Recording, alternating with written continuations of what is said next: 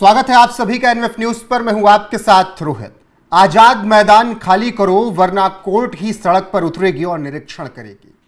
यह सब Bombay high court ने कहा है क्योंकि आजाद मैदान में मराठा आरक्षण को लेकर जरांगे लगातार प्रदर्शन कर रहे हैं और ये प्रदर्शन अब इस तरीके से हो रहा है, ऐसा लग रहा है कि जैसे सरकार को पूरी तरीके से नीचा दिखाना है।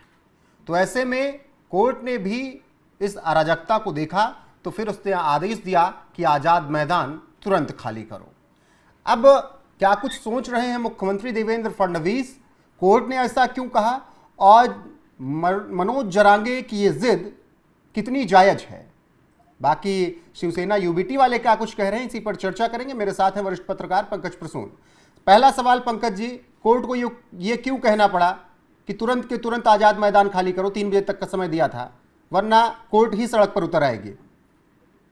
नहीं, इसकी वजह यह है कि कोर्ट ने इनको एक शांतिपूर्ण मौन धरने के प्रदर्शन के लिए आजाद मैदान अलॉट करवाया था कि भाई बैठिए वहां पर ये लोग करने क्या लगे? मुंबई की बेस्ट बसों में तोड़फोड़, रेलवे स्टेशनों पर हंगामा, जो आम मुंबईकर है जो ऑफिस जा रहा है उसको हरास करना, परेशान करना, महिलाओं के साथ छिड़खानी, मतलब पूरे मुंबई को अराजकता की आग में झोंक दिया। कल कोर्ट ने यह कहा था कि भाई आपके मौन धरने का जगह जो है वो आजाद मैदान है, आप मुंबई की सड़कों पे क्या कर रहे हो? पर यहां तो ताकत का प्रदर्शन था ना। मैं बार बार एक चीज बोलता हूं कि यह डिजाइंड प्रोटेस्ट है। एक होता है स्वतःस्फूर्त जो कि जनता की आकांक्षाओं के अनुसार है। अगर यह डिजाइंड प्रोटेस्ट नहीं होता तो बताइए अबू आजमी को क्या मतलब है मराठा से? वो आके स्टेज पे क्यों बैठे हुए थे? ये संजय सिंह को क्या मतलब है, वो आम आदमी पार्टी वाला, उसको क्या मतलब है मुंबई के मराठा से? वो आके क्यों बैठा हुआ है? इम्तियाज जलील मुसलमान है और वो खुल के कह रहा है कि हम तो इस प्रोटेस्ट का समर्थन करते हो, जाके क्या मतलब है बताइए? नहीं, ये बताइए, अगर मैं आपको महत्वपूर्ण बात बताऊं, लिहाज से अगर लाभ लेना चाह रहे हैं मतलब भी है, लेकिन यहां पर अब बड़ी जिम्मेदारी है मुख्यमंत्री फडणवीस पर, वो क्या रास्ता निकालने की कोशिश करेंगे? देखिए, मैं बार बार ये बोल रहा हूं कि जो जेन्युइन मांग है उसको सुनने के लिए महाराष्ट्र सरकार तैयार है, लेकिन इन लोग गोल पोस्ट बार बार चेंज कर रहे हैं। भाई शुरुआत में क्या कहा कि हमें 10% आरक्षण दो, तो एडजस्ट करके दे दिया ओबीसी में। फिर कह रहा है कि नहीं, ओबीसी से अलग से हमें 10% दो। सरकार कहा ठीक है बात करते हैं, तो फिर कहा कि नहीं, कुणबी जाति में हमें सारे मराठाओं को शामिल करो। अरे इनको कुछ चाहिए ही नहीं, इनको सिर्फ अराजकता फैलाना है। सरकार बहुत धैर्य से, पेशेंस के साथ ये बात कर रही है इनके साथ। और पता है ये पॉलिटिकली मोटिवेटेड है भाई, ये इनको सरकार से बात ही नहीं करनी, नेगोशिएट ही नहीं करना, और ये चाहते हैं कि जो ये मांगे वो चुपचाप दे दे। कैसे दे दे? कल को जाके कोर्ट जाएगा, कोर्ट खारिज कर देगा, तो क्या कर लेंगे? सरकार तो वाहवाही पिछली बार भी हुआ था। अच्छा, उद्धव ठाकरे जब थे तब क्यों नहीं इन लोग की डिमांड पूरी हुई? आज जो उद्धव ठाकरे बड़ी बड़ी बातें कर रहे हैं उस वक्त क्यों नहीं की? मैं बार बार एक चीज बोलता हूं, अब पता नहीं क्यों नहीं इस देश को यकीन आता है कि इस देश में अराजकता पैदा करने की साजिश रची जा रही है। सारे इंस्टीट्यूशंस पे सवाल खड़े किए जा रहे हैं। चुनाव आयोग पे सवाल खड़ा किया, बिल्कुल, आप कोर्ट पे सवाल नहीं खड़ा किया क्या? आदेश दिया है और ये लोग कह रहे हैं कि हम संवैधानिक तरीके से कर रहे हैं, तो कोर्ट ने आदेश दिया है तो बाकायदा खाली किया जाना चाहिए। कोर्ट की बात अच्छा तो ये संवैधानिक तरीके से कह रहे हैं, अब मुंबई हाई कोर्ट असंवैधानिक तरीके से कह रहा है कि अगर ये संवैधानिक तरीके से बात कर रहे हैं, गजब हाल है, कह रहा हूं, वो बात माननी चाहिए या नहीं? ये इनको देखिए, इनको ये सब कोर्ट से, चुनाव आयोग से, किसी इंस्टीट्यूशन से कोई मतलब नहीं, आर्मी से। मैं आपको एक चीज आपको रोहित बता देता हूं और इस बात को गांठ मान लीजिए। पश्चिम बंगाल में आर्मी के खिलाफ आंदोलन हो रहा है, बिहार में चुनाव आयोग के खिलाफ आंदोलन हो रहा है, महाराष्ट्र में कोर्ट के खिलाफ, मुंबई हाई कोर्ट के खिलाफ बोल रहे हैं। इन सब डॉट्स को जोड़िए, कुल मिला के इस देश में अशांति पैदा करना, अराजकता पैदा करना, इंस्टीट्यूशंस के प्रति आम लोगों के मन में शंका पैदा करना, यही लक्ष्य है। मैं बार बार बोलता हूं कि यह बांग्लादेश बनाने की साजिश रची जा रही है। ये सब छोटे, अच्छा आर्मी के साथ क्यों भिड़ गई है ममता बनर्जी, कहीं पूछा है? ये अभी तमिलनाडु मद्रास हाई कोर्ट है, उसने एक ऑर्डर दिया, उसने कहा कि जो मंदिर की संपत्तियां हैं वो परमार्थ के काम में आनी चाहिए। आम आदमी के भलाई काम में आनी चाहिए। ये सरकार रोड, सड़क, स्विमिंग पूल, ये सब होटल्स वगैरह नहीं बना सकता।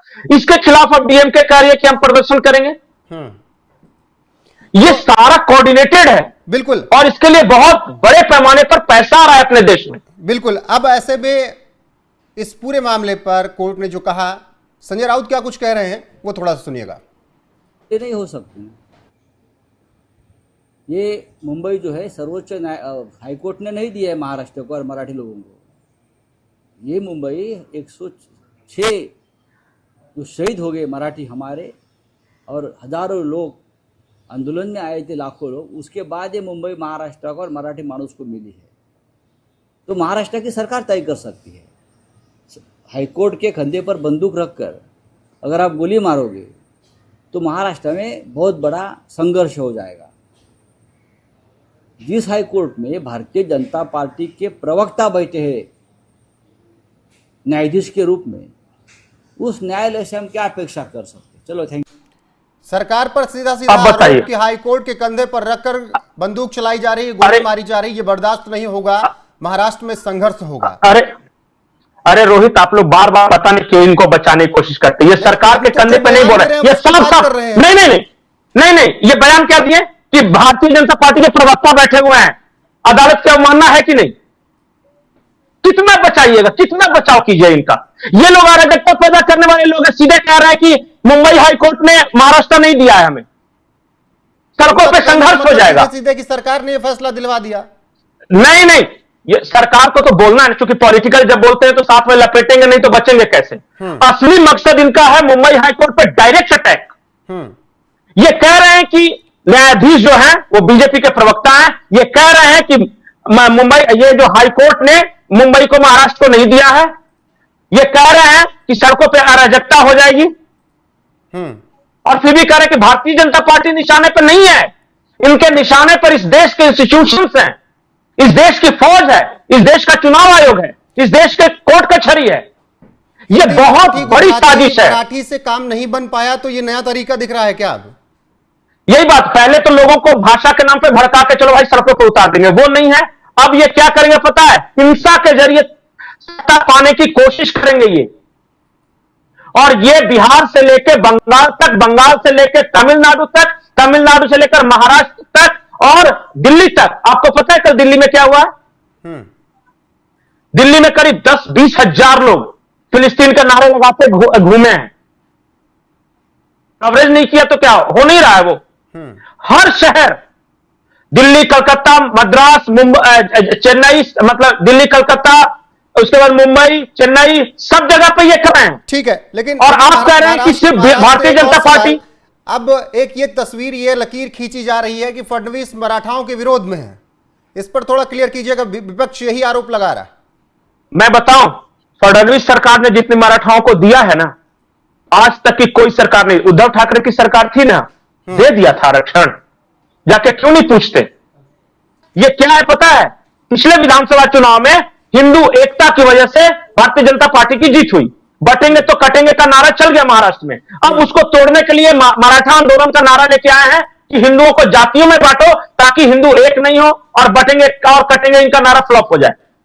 एक लाइन में मैं बोल रहा हूं, ये जो 10% दिया था ना, ये फडणवीस सरकार ने दिया था। इन्होंने अपना गोल पोस्ट चेंज किया।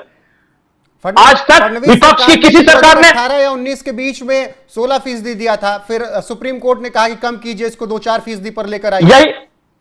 यही बात है ना। मैं एक बात बोलता हूं कि विपक्ष के किसी भी दल ने मराठाओं के लिए क्या किया, सिवाय उन्हें सड़कों पर उतार के अराजकता पैदा करने के अलावा। उन्होंने कहां लड़ाई लड़ी? कौन लड़ाई लड़ रहा है? ये उद्धव, ये ठाकरे पर मराठी भाषा के लिए लड़ाई लड़ रहे हैं। बिल्कुल पंकज जी, लेकिन आखिरी सवाल मेरा, एक सही रास्ता क्या होगा? बैठकर बातचीत की जाए, वही तरीका ही है लोकतंत्र। और अगर ऐसी चीजें होती हैं तो पूरे देश पर असर पड़ेगा। मैं एक बात साफ साफ बोलता हूं, क्या कुछ रास्ता निकाला जा सकता है? मैं एक बात साफ साफ बोलता हूं, किसी भी समस्या का हल बातचीत से ही हो सकता है। हाथों में डंडे लेकर बेस्ट बसों में तोड़फोड़ करना, महिलाओं के साथ छेड़छाड़ करना, लोकल ट्रेनों में मारामारी करना, इससे कुछ हासिल नहीं होगा। सिवाय आपके देश की संपत्ति का नुकसान होगा, आपके शहर की बदनामी होगी और the great Maratha warriors Shivaji Maharaj की संतान, उनको मानने वालों की सिर्फ और सिर्फ बदनामी होगी और कुछ नहीं हासिल होगा। और एक बात जान जाइए, शिवाजी महाराज जिनके ये मानने वाले हैं मराठा, शिवाजी महाराज हिंदवी साम्राज्य की स्थापना के लिए अंतिम समय तक लड़ते रहे मुगलों के खिलाफ, और आज इम्तियाज जलील के साथ बैठकर बंद कमरे में नेगोशिएशंस कर रहे हैं और ठीक है कहते हैं पंकज कि मैं मराठा हूं। ठीक है पंकज जी, फिलहाल बॉम्बे हाई कोर्ट ने कहा है आजाद मैदान खाली चाहिए वरना फिर कोर्ट मैदान में उतरेगा, और ऐसे में क्या रास्ता निकल सकता है इस पर चर्चा होनी चाहिए। अराजकता बिल्कुल भी बर्दाश्त नहीं। बहरहाल बने रहिए हमारे साथ, आगे कुछ अपडेट आएगी तो आप तक जरूर पहुंचाएंगे। अभी के लिए बस इतना ही, नमस्कार।